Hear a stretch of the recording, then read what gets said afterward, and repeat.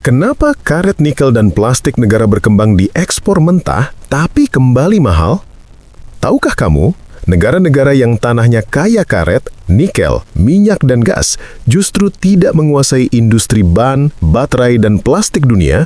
Padahal bahannya ada, tanahnya subur, tambangnya melimpah.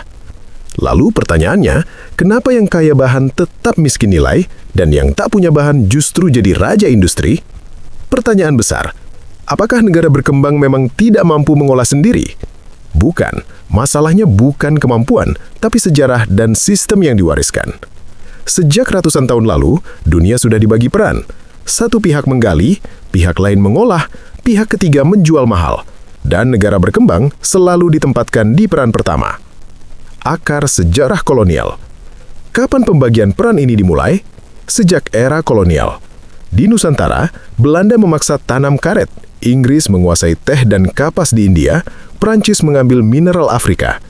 Koloni dilarang membangun industri karena industri berarti kemandirian. Ini fakta sejarah. VOC dan pemerintah kolonial secara resmi membunuh industri lokal agar bahan mentah mengalir murah ke Eropa. Contoh karet.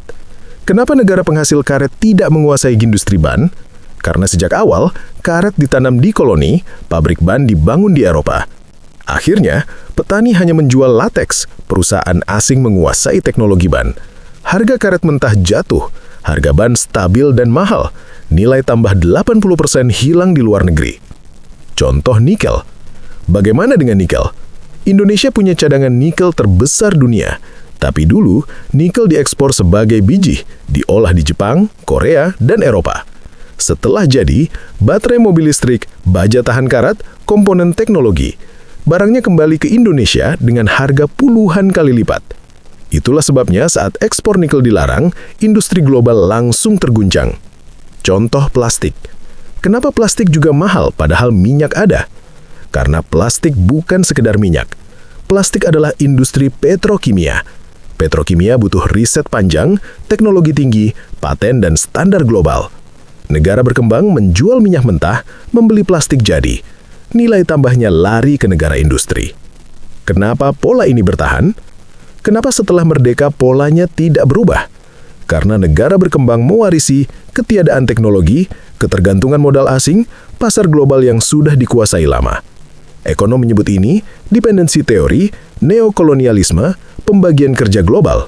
Artinya, merdeka secara politik tapi tergantung secara ekonomi. Kenapa negara maju menentang hilirisasi? Kenapa saat negara berkembang mau mengolah sendiri selalu ditekan?